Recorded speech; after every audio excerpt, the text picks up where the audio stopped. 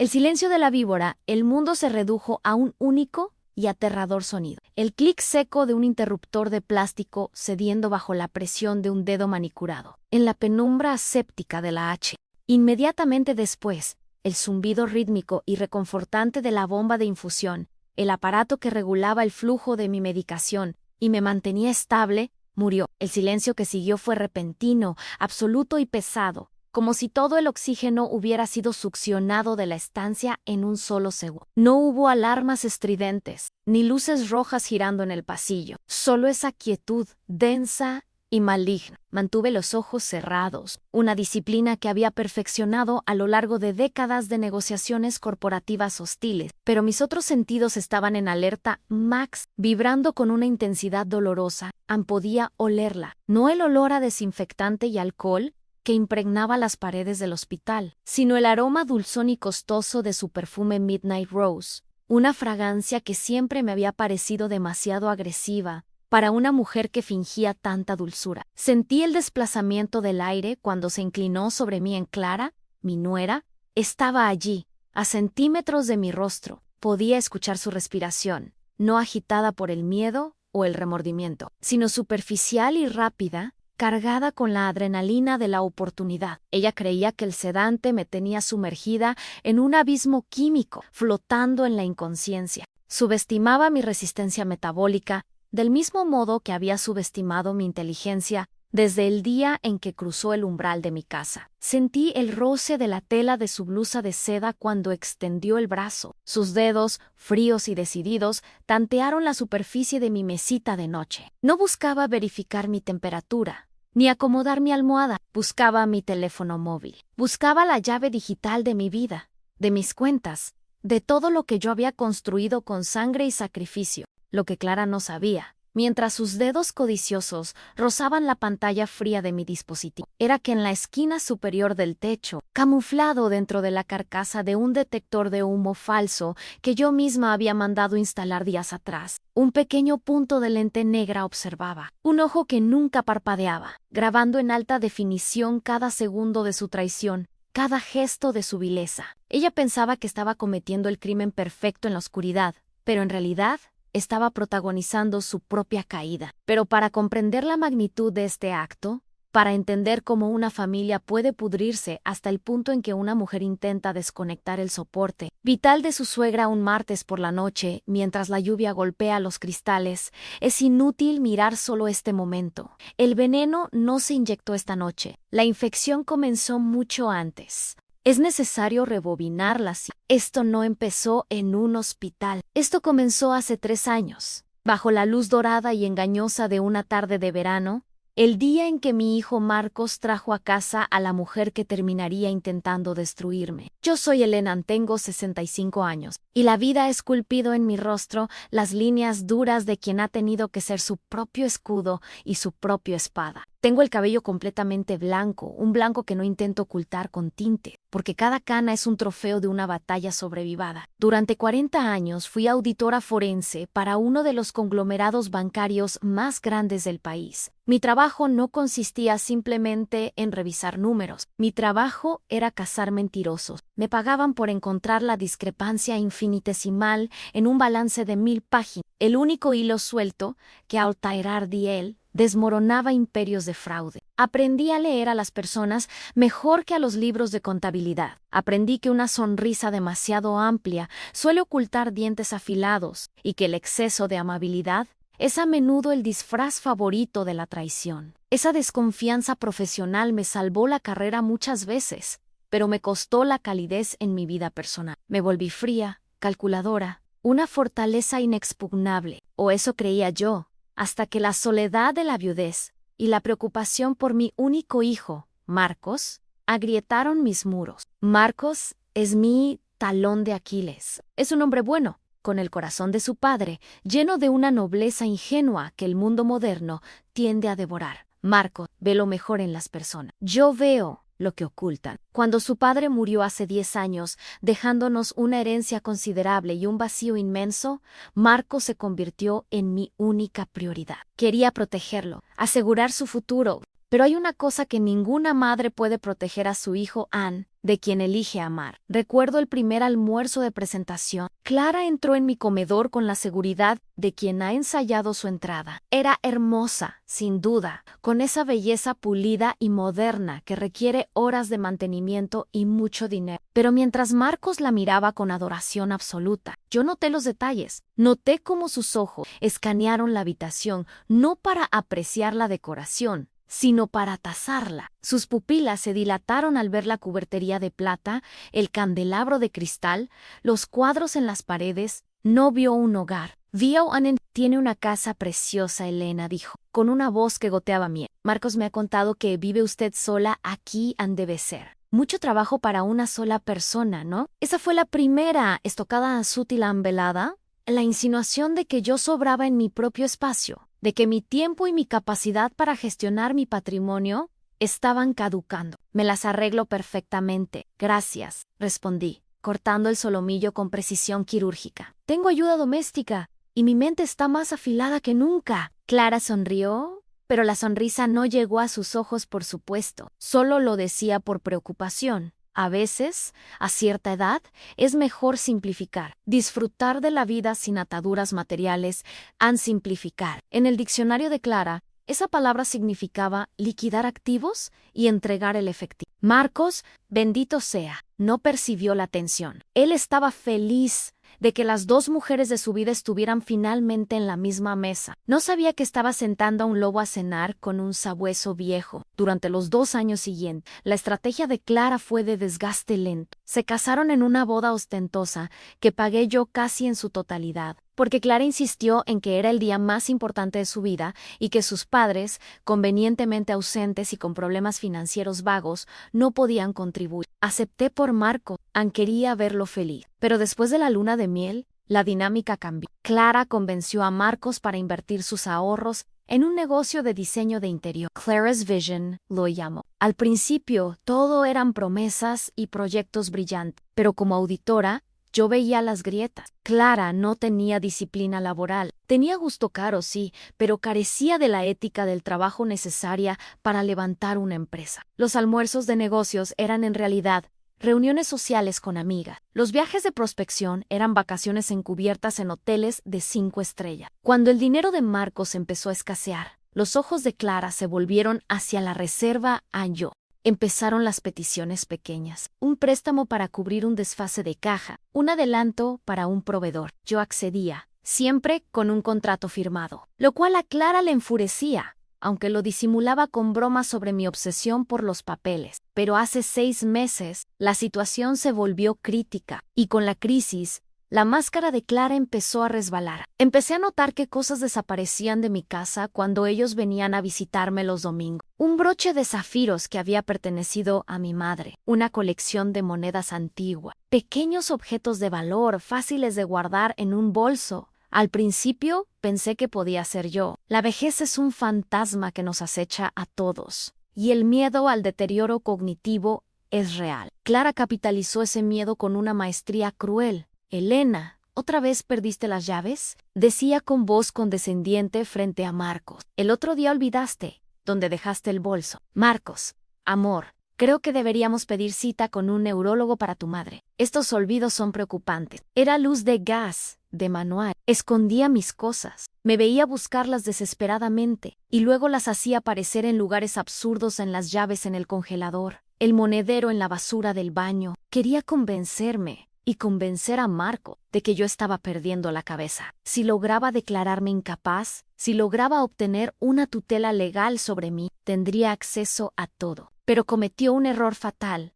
Subestimó mi vanidad profesional. Yo no acepto errores en mi contabilidad y no acepto lagunas en mi mente. Empecé a llevar un diario secreto. Anotaba cada vez que dejaba un objeto en un lugar. Tomaba fotos con mi tablet de donde ponía las llaves. Y cuando las llaves aparecían en otro sitio, revisaba mis notas.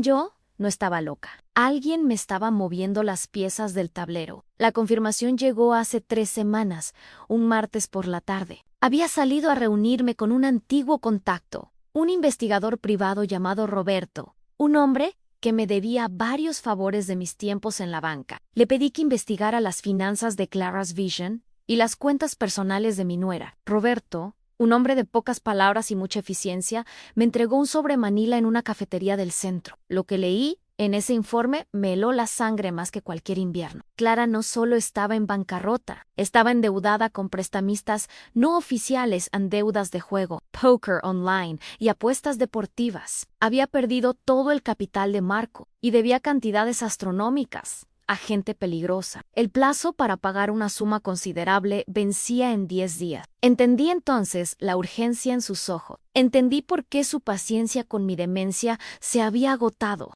Ya no tenía tiempo para esperar a que yo muriera de vieja o a que un juez me declarara incapacitada en un proceso largo. Necesitaba liquidez inmediata. Necesitaba acceso a mis cuentas principales. Y yo era el único obstáculo. Esa tarde, al volver a casa, sentí un dolor agudo en el pecho. No era un infarto. Era estrés puro. La somatización del terror de saber que la persona que dormía junto a tu hijo era un parásito desesperado. Pero en ese dolor vi una oportunidad en una trampa. Decidí darle a Clara exactamente lo que quería en una suegra vulnerable, débil, al borde de la muerte. Lami a Marcos, fingiendo dificultad para respirar, hijo. No me siento bien, llegaron en tiempo récord. Clara actuó el papel de la nuera angustiada a la perfección, llamando a la ambulancia, sosteniendo mi mano con una fuerza que casi cortaba la circulación. Pero mientras los paramédicos me subían a la camilla, vi su mirada. No estaba mirando mi rostro pálido, estaba mirando mi bolso de cuero que había quedado sobre el sofá. No te preocupes por nada, Elena, me dijo antes de cerrar las puertas de la ambulancia. Yo me encargo de todo. Cuidaré de tus cosas. En el hospital, los médicos diagnosticaron una crisis hipertensiva severa y agotamiento. Me ingresaron en observación. Era el escenario perfecto. Una habitación privada, aislada, lejos de testigos. Sabía que Clara se ofrecería a quedarse conmigo por la noche. Sabía que Marcos, agotado por el trabajo y el estrés, aceptaría agradecido. Antes de que me llevaran a la habitación, logré enviar un mensaje de texto a Roberto. Solo 2 palabras en ejecuta plan B. El plan B era la instalación de la cámara. Roberto tenía contactos en el equipo de seguridad del hospital. Un soborno discreto y una visita de mantenimiento rápida permitieron colocar la microcámara en el detector de humo antes de que yo subiera a planta. Todo estaba listo. Ahora, de vuelta en la oscuridad de la habitación 402, el escenario estaba dispuesto. Marcos se había ido a casa hace 2 horas, después de besarme en la frente y prometerme volver al amanecer. Clara se había quedado sentada en el sillón, iluminada por la luz azul de su propio teléfono tecleando furiosamente, probablemente negociando más tiempo con sus acreedores. Yo fingí dormir. Respiraba con ritmo pausado. Profundo en esperaba, sabía que ella no podría resistirse. Mi bolso estaba en el armario. Mi teléfono estaba en la mesita. Y yo estaba, aparentemente, indefensa. Cuando escuché sus pasos acercarse, mi corazón se aceleró, pero forcé a mi cuerpo a permanecer inerte. La sentí dudar un momento, y luego, el clic. La máquina apagada en el juego había comenzado. Ella pensaba que tenía el control, que yo era una anciana moribunda a su merced. No sabía que yo estaba más despierta que nunca. No sabía que la presa, esta noche, era ella. Sentí como agarraba mi mano derecha. Su piel estaba húmeda. Levantó mi dedo índice. Iba a intentar desbloquear mi teléfono usando mi huella dactilar. Era un movimiento torpe de aficionada, pero desesperado. Mantuve el dedo flácido, dejándola manipularme. Presionó mi yema contra el sensor del teléfono. Esperó a nada. Intentó de nuevo, con más fuerza, casi clavándome la uña. Nada. Escuché un siseo de frustración salir de sus labios. Maldita sí, funciona, maldita vieja. Funciona. Lo que Clara ignoraba era que, previendo esto, yo había desactivado el reconocimiento biométrico hacía 2 días. Mi teléfono ahora solo respondía a un código alfanumérico complejo. Ella estaba intentando abrir una caja fuerte con una llave de juguete. Soltó mi mano con desprecio, dejándola caer sobre la sábana. La escuché retroceder y rebuscar en mi bolso. El sonido de la cremallera abriéndose fue como un rasguño en el silencio. Estaba sacando mi cartera. Iba a por las tarjetas de crédito física. Probablemente pensaba fotografiarlas para usar los números en compras online o transferencias rápidas, antes de que alguien notara los movimientos. El flash de su cámara iluminó la habitación por una fracción de segundo, pintando sombras grotescas en las paredes, 1, 2 y 3 flashes. Estaba fotografiando mi tarjeta Platinum, mi tarjeta de débito, mi identificación. Estaba robando mi identidad mientras yo yacía, supuestamente comatosa a su lado. La indignación era un fuego que me quemaba por dentro, pero necesitaba más. Necesitaba que se incriminara por completo. Necesitaba que dijera algo, que hiciera algo irreversible frente a la cámara. Esto debería bastar por ahora, murmuró para sí misma. Mañana estarás muerta o vegetal, y yo estaré lejos. Esa frase en esa era, la sentencia. Abrí los ojos. En la oscuridad, mis ojos se encontraron con la silueta de ella inclinada sobre mi bolso. El código de seguridad de la American Express es 894, dije. Mi voz salió ronca, pero firme como el acero. Pero me temo que ya está cancelada. Clara, el grito que Clara ahogó en su garganta, sonó como el chillido de un animal pequeño siendo pisado. Su cuerpo reaccionó con un espasmo violento. Un salto hacia atrás puramente instintivo que la hizo chocar contra la bandeja metálica de la cena, enviando un vaso de plástico al suelo con un ruido sordo que pareció un cañonazo en el silencio de la madrugada. El bolso de cuero, ese objeto de deseo que contenía las llaves de mi reino financiero, se le resbaló de las manos sudorosas. Cayó al suelo boca abajo, vomitando su contenido sobre el linóleo frío a mis tarjetas de crédito, mi documento de identidad, un lápiz labial y un paquete de pañuelos, todo esparcido como las entrañas de una bestia sacrificada. Clara se quedó congelada, con una mano sobre el pecho hiperventilando. Sus ojos, habitualmente tan calculadores y serenos, estaban desorbitados, fijos en los míos. Yo no mi movie, ni un milímetro. Permanecí recostada en la cama, con la cabeza ligeramente elevada por las almohadas, observándola con la tranquilidad de quien ha visto el final de la película antes de que empiece. La luz azul de los monitores le daba a su rostro un tono cadavérico, acentuando el maquillaje corrido y el terror puro que deformaba sus facciones perfectas. Elena exhaló finalmente, su voz un hilo tembloroso. Dios mío, me amé. Asustaste. ¿Pensé que estabas muerta? Interrumpí, saboreando la palabra. Mi tono no tenía rabia, solo una curiosidad clínica, o simplemente lo suficientemente sedada como para no notar que me estabas desvalijando. Clara parpadeó rápidamente, su cerebro trabajando a toda máquina para reconstruir la realidad, para encontrar una salida, una excusa, cualquier cosa a la que aferrarse. La vi recomponerse en tiempo real. Fue fascinante y repugnante a la vez. Enderezó la espalda, se pasó una mano por el cabello revuelto y forzó una sonrisa que parecía una mueca de dolor. «Estás confundida, Elena», dijo, adoptando ese tono condescendiente que usan las maestras de jardín de infancia con los niños lentos. «Debes haber tenido una pesadilla. Te estabas moviendo mucho, estabas balbuceando cosas sin sentido. Yo solo buscaba tus pastillas para la presión en el bolso. El médico dijo que si te despertabas agitada, no hay pastillas en el bolso, Clara»,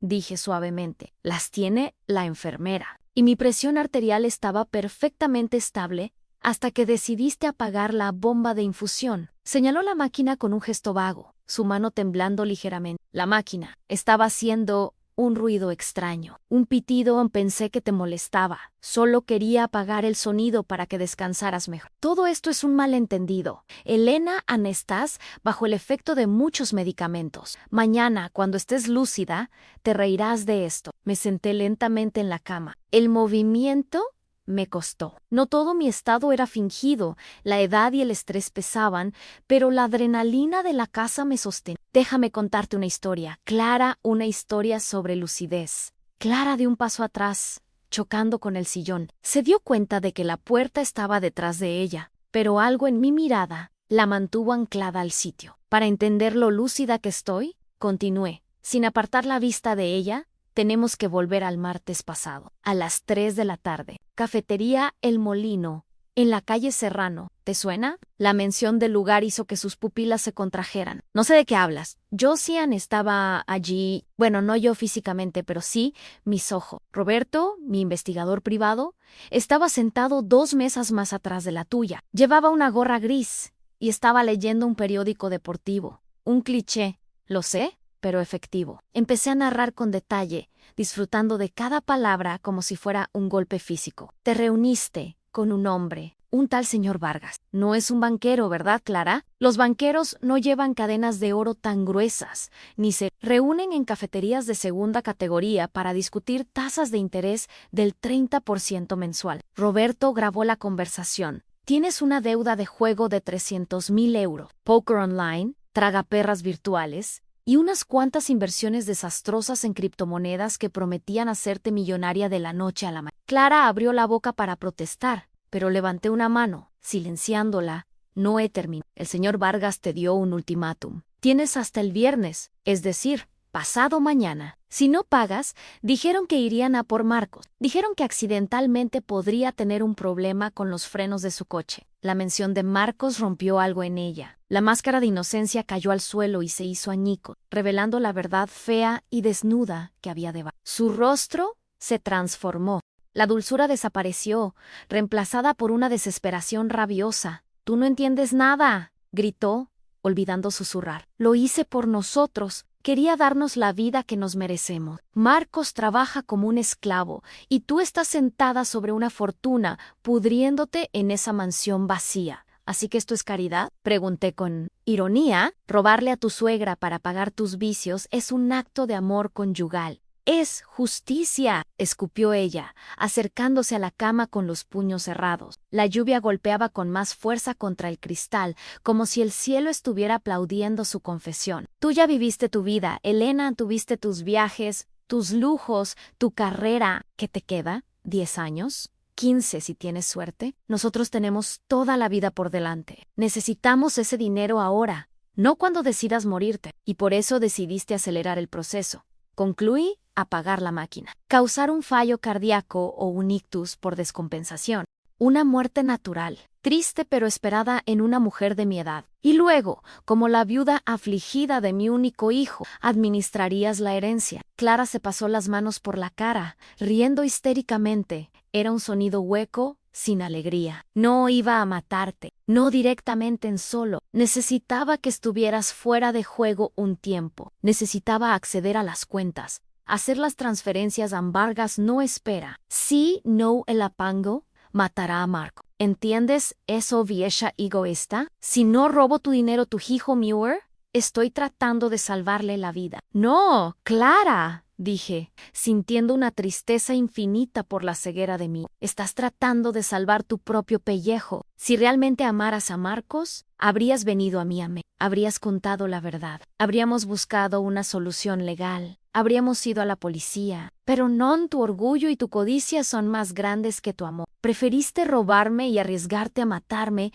antes que admitir tu fracaso». Clara miró el teléfono sobre la cama. La tentación brilló en sus ojos. «Dame el código», exigió. Su voz se volvió grave, amenazante. «Dame el maldito código de acceso a la banca online en ahora». No, ella se abalanzó sobre mí. Fue un movimiento torpe, impulsado por la desesperación. Me agarró por los hombros y me sacudió. Sentí el dolor agudo en mis articulaciones, pero no grité. «Dámelo», gritó, zarandeándome. «Nadie va a creerte. Eres una vieja senil. Diré que me atacaste. Diré que te volviste loca y tuve que defenderme. Tengo moretones. Me los haré ahora mismo». Empezó a golpearse a sí misma en los brazos, con fuerza, creando la evidencia de una lucha que nunca existió. Era un espectáculo dantesco. «Mira lo que me haces», gritó, mirando hacia la puerta cerrada, actuando para una audiencia imaginaria. «Ayuda. Mi suegra me está atacando». Luego se volvió hacia mí, con el rostro enrojecido y el cabello salvaje. «¿Ves? Es mi palabra contra la tuya. La palabra de una joven empresaria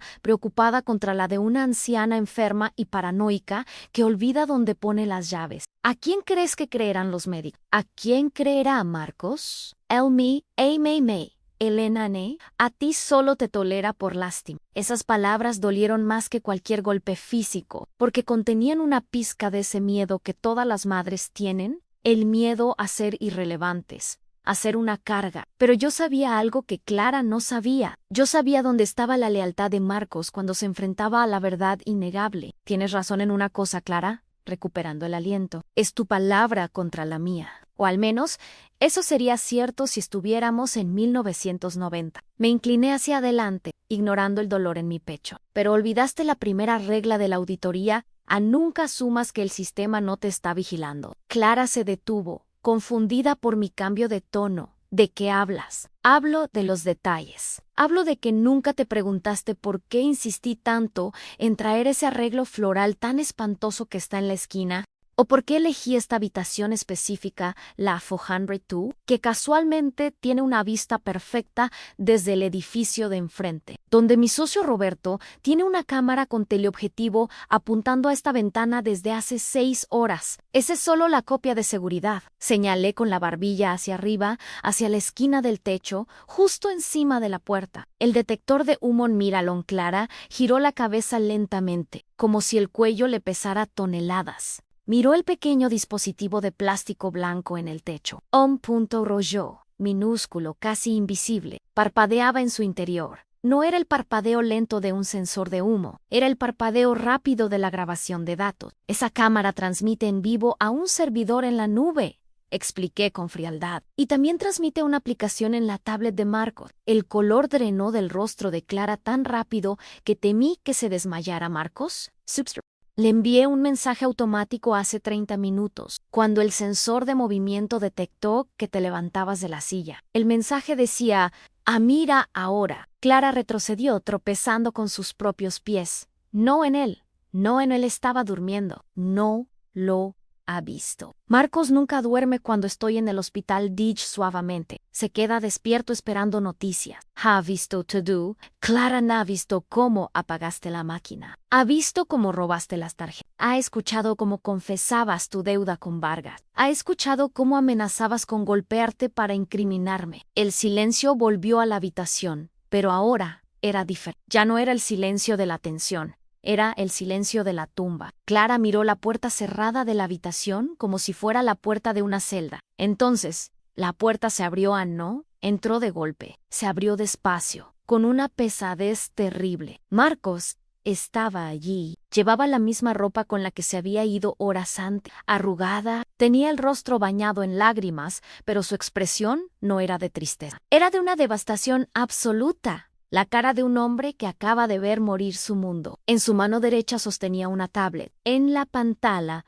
todavía se veía la imagen granulada de Clara retrocediendo con horror. Marcos, empezó Clara, su voz rompiéndose en un sollozo patético. Intentó avanzar hacia él, levantando los brazos. Mi amor, déjame explicarte. Ella me provocó, es una trampa. Ella planeó todo esto. Marcos levantó la mano libre, deteniéndola en seco. No gritó, no hubo furia explosiva. Su voz sonó muerta, vacía de cualquier afecto. No te acerques, Marcus, por favor. Lo hice por nosotros. Lo hiciste por ti, dijo él, entrando en la habitación. Detrás de él, 2 guardias de seguridad del hospital y un oficial de policía uniformado aparecieron en el umbral. Y casi matas a mi madre en el proceso. Clara miró al policía y el pánico se convirtió en terror animal. No hice nada. Solo apagué una máquina que hacía ruido. No es un crimen. El oficial de policía dio un paso adelante. Señora Clara Fernández queda detenida por intento de homicidio, abuso de persona vulnerable y robo. Tenemos la grabación como evidencia preliminar, además de la declaración del personal médico sobre la manipulación del equipo de soporte vital. Clara se giró hacia mí, buscando...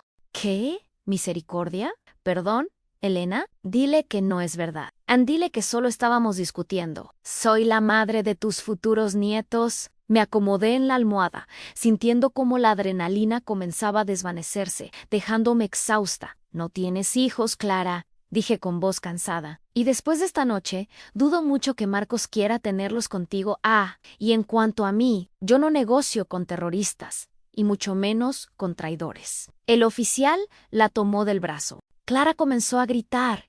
Insultos, súplicas, maldiciones. Te odio, maldita vieja bruja. Ojalá te hubieras muerto. Mientras la arrastraban fuera de la habitación, sus gritos resonaron en el pasillo estéril, rebotando en las paredes blancas. Marcos se quedó de pie en medio de la habitación, mirando el lugar donde su esposa había estado. Parecía un niño perdido en un bosque oscuro. La puerta se cerró. amortiguando los gritos de Clara hasta que desaparecieron. Nos quedamos solos. El sonido de la lluvia parecía haber amainado. Marcos se giró lentamente hacia Miche. Sus ojos estaban rojos, hinchados. Caminó hacia la cama con pasos pesados, arrastrando los pies como un anciano. Se dejó caer en la silla, esa misma silla desde la que Clara había velado mi sueño con intenciones asesinas, y hundió la cabeza entre las manos. «Lo siento, mamá», susurró, su voz quebrada por el llanto. «Lo siento tanto, no te creí. Cuando me decías que ella era, cuando me decías que tuviera cuidado, yo pensé que eras tú, Ann. Pensé que estabas celosa, soy un idiota». Extendí la mano y toqué su cabello, tan parecido al de su padre. «El amor nos hace idiotas a veces, hijo», le dije suavemente. «No te culpes por tener un buen corazón. Cúlpate solo si no aprendes la lección». «¿Cómo sabías?», preguntó, levantando la vista. «¿Cómo sabías que haría esto hoy?». «Porque la gente desesperada hace cosas desesperadas», respondí. «Y porque llevo 40 años oliendo el miedo en el dinero de la gente». Clara olía a pánico desde hace semanas. Marcos suspiró, un sonido profundo y doloroso. «¿Qué va a pasar ahora?». Ella debe dinero a gente peligrosa, ansí va a la cárcel. En la cárcel estará más segura que en la calle con el tal Vargas buscándola. Gigi pragmáticamente. Irónicamente, la he salvado. La policía se encargará de ella. Y mis abogados se encargarán de tu divorcio y de la anulación de cualquier poder que le hayas firmado. Me miró con una mezcla de admiración y miedo. Lo tenías todo planeado. Incluso fingiste el ataque de hipertensión. Digamos que fue una exageración dramática de una condición existente. Admití con una media sonrisa. A veces, para atrapar a una rata, tienes que poner un buen queso y quedarte muy quieto. Marcos tomó mi mano y la besó. «Gracias, mamá, por no rendirte conmigo. Aun cuando yo me había rendido contigo, nunca me rendiría, Marco. Eres mi mejor inversión». Miré hacia la ventana. La noche empezaba a clarear. El negro del cielo daba paso a un gris azulado. La tormenta había pasado. Quedaba mucho por hacer en declaraciones a la policía, trámites legales, la vergüenza pública, la reconstrucción emocional de mi hijo, pero estábamos vivos. Y por primera vez en años, mi casa, mi dinero y mi hijo estaban a salvo. Presioné el botón de la bomba de infusión. El zumbido mecánico volvió a llenar el aire, constante, rítmico, ambip, ambip, ambip. El sonido de la vida continuando. Me recosté y cerré los ojos, esta vez para dormir de verdad. La pesadilla había terminado. La realidad, por dura que fuera, era algo que yo podía manejar. Siempre lo había hecho.